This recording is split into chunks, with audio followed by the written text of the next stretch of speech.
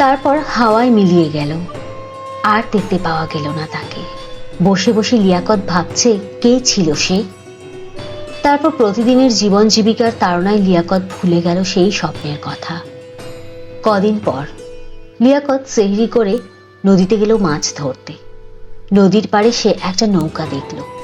ভাবল, নৌকা যেহেতু আছে, আরো একটু সামনে এগিয়ে মাছ ধরতে গেলে কেমন হয়। নৌকা নিয়ে অনেকটা দূর চলে আসে সে। হঠাৎ দেখে সামনে একটা চর। চরের বুকে একটা নারকেল গাছ।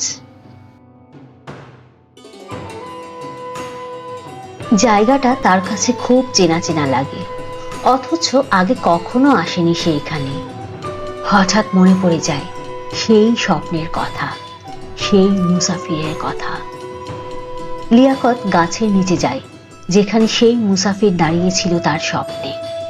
সেখানে বসতেই তার হাতের নিচে শক্ত কিছু ঠেকে। কিছুটা মাটি সরাতেই চোখ ছানা বড়া হয়ে যায়। স্বর্ণ, হীরা, জহরত, মণিমুক্তা ভরপুর একটা সিন্দুক। হঠাৎ লিয়াকতের চারপাশ ধোঁয়ায় ঢেকে যায়। এই সব কিছু এখন তোমার, লিয়াকত। তুমি অনেক ভালো একজন মানুষ। তুমি তোমার ভালো মানসিকতার পুরস্কার পেলে। লিয়াকত খুশিতে কেঁদে দিল।